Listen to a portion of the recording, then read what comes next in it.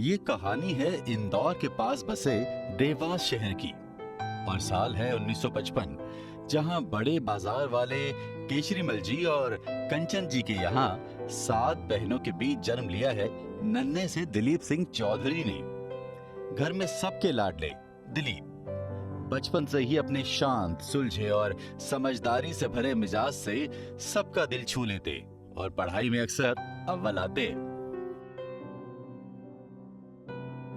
मगर कभी कभी भगवान हमारे पेशेंस का टेस्ट लेता है। ऐसा ही एक वक्त आया जब दिलीप जी महज 15 साल के ही थे और उनकी मां कंचन जी बहुत बीमार पड़ गई। घर वालों ने बहुत कोशिशें की उनको बचाने की, मगर नियति के आगे आखिर किसका बस चलता है। और कंचन जी सबको छोड़कर भगवान के घर चली गई। मां का साया बच्चों के सर से उठ गया और चौधरी परिवार के लिए ये एक बहुत ही इमोशनल और मुश्किल समय रहा।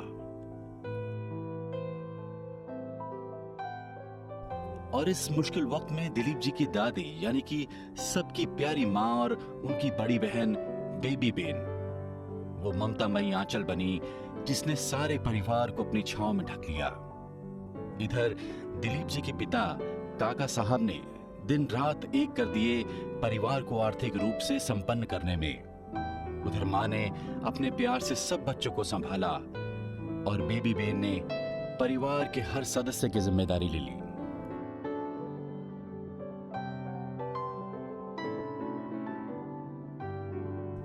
बचपन की दहलीज पार कर युवा दिलीप ने कॉलेज से बीकॉम में ना सिर्फ ग्रेजुएशन किया बल्कि मेरिट लिस्ट में 9th रैंक होल्डर बने। एक सुलझा सा मिजाज, समझदारी और पिता की विरासत को आगे लेकर जाने की चाहत के साथ ही एक अच्छे हमसफर का ख्वाब, ऐसी थी युवा दिलीप की कहानी की शुरुआत।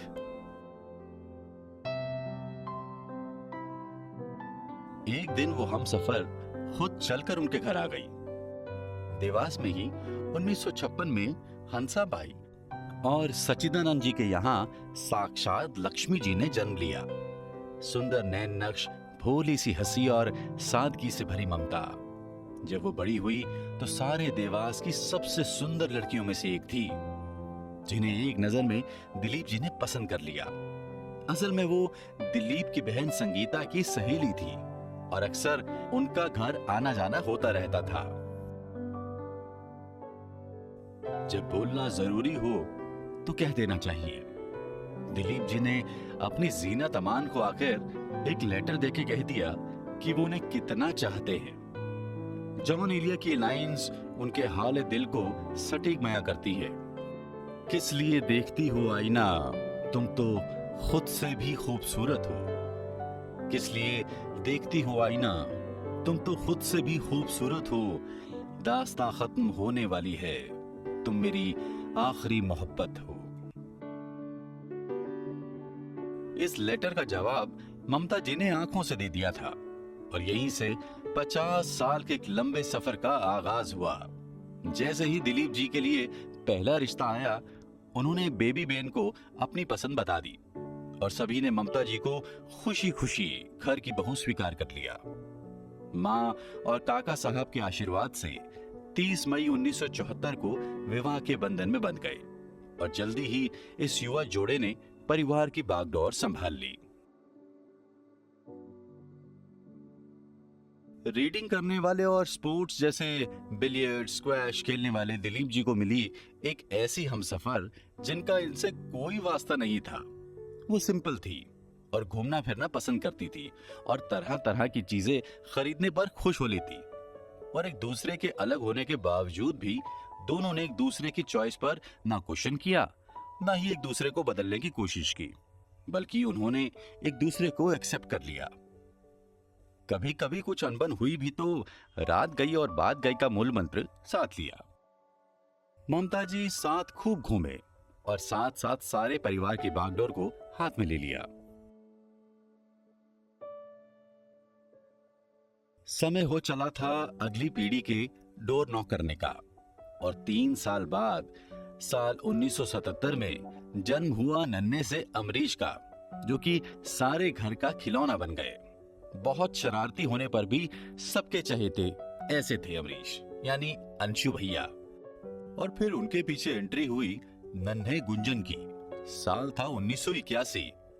ममता जी को बेटी चाहिए थी और दिलीप जी को बेटा। माँ ने भी अपने घर पर पोतों को अपने खुद की संतानों से भी ज्यादा प्यार दिया। इधर ममता जी थोड़े स्ट्रिक्ट होते, उधर माँ दोनों बच्चों पर खूब लाड लुटाते। कभी कभी अध्यात्म अचानक से दस्तक देता है, मगर मन में यदि बीज बोए गए हों तभी वो पेड़ की शक्ल लेते हैं। माँ की परवरिश ने दिलीप जी के दिल में वो सीड्स डाल दिए थे और दिलीप जी के जीवन में भी वो ग्रो हुए जब उन्हें आशीर्वाद मिला रमणी कंवर महाराज साहब और कान मुनि जी से।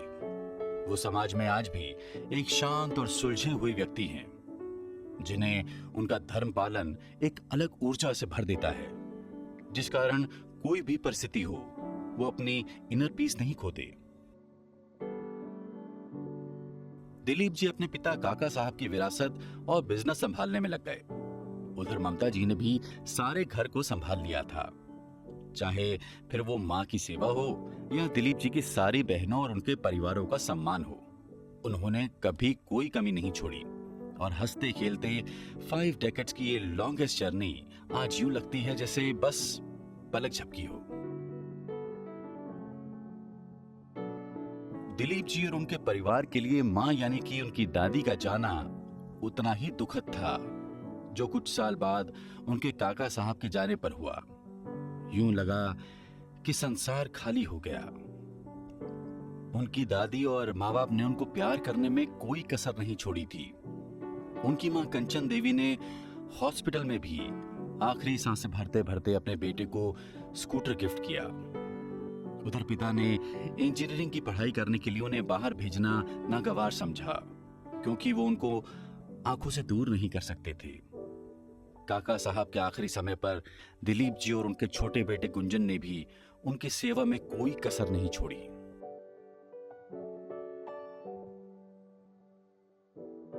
कहते हैं असल से ज्यादा सूद प्यारा होता है।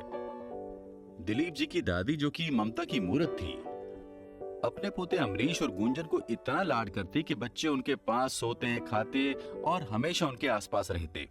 उनके हाथों का बना बादाम और खसखस का हलवा जीवन भर याद आता ही रहेगा। आज अमरीश और गुंजन भी अपने अपने हमसफर रुचि और सोनम के साथ अपने पिता और मां की तरह ही चौधरी परिवार की बागडोर संभाल रहे हैं और घर के सबसे यंगेस्ट मेंबर्स यानी कि रिचल, प्लक्ष, आरव और अलाइशा भी अपनी फैमिली लेगेसी को आगे बढ़ाने की परवरिश पा रहे हैं। उधर दिलीप जी की सभी बहनें, खास तौर पर बेबी बहन और जीजा जी, एक मजबूत पिलर की तरह इस परिवार की नींव को बनाए रखे हैं। मनोकामना है कि इस परिवार की खुशियां यूं ही बढ़ती रहे। अरे हाँ, हम अपने परिवार के सबसे यंगेस्ट और क्यूटेस्ट मेंबर को मेंशन करना तो भूल ही गए। ये महाशय 2020 में परिवार का हिस्सा बन गए, मतलब कि हमारे चौधरी साहब। मतलब कि छोटा पैकेट बड़ा धमाका। नहीं समझे? अरे हर दिल अजीज जय चौधरी, जो सारे घर को अपनी मस्ती में इन्वॉल्व रखते हैं और मम्मी पापा के राज दुलारे हैं।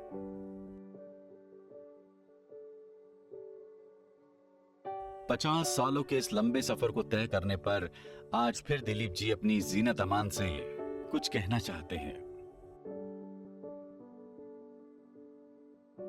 ममता, मैंने तुमसे बेइंतहा मोहब्बत की है, वो आज भी करता हूँ। तभी जीवन के ये 50 वर्ष तुम्हारे साथ अच्छे से गुजर गए। आज भी नहीं लगता कि तुमसे मेरा मन भर गया। मेरे परिवार को जिस ढंग से तुमने अपनाया और संवारा वो अवर्णनीय है। वाकई तुमने भी मेरा अद्भुत साथ दिया। झगड़ा व प्यार करते हुए हमारी 50वीं वर्षगांठ कब आ गई मालूम ही नहीं पड़ा। वर्षगांठ की बधाई। तुम्हारा दिलीप। मेरे प्रियतम, आपका साथ पाकर मेरी जिंदगी खुशियों से भर गई।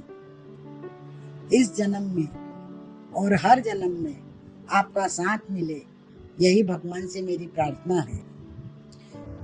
कुछ दौलत पे नाच करते हैं तो कुछ शोहरत पे नाच करते हैं। हमारे पास तो आपकी मोहब्बत है, इसलिए हम अपनी किस्मत पे नाच करते हैं। लव यू जिंदगी।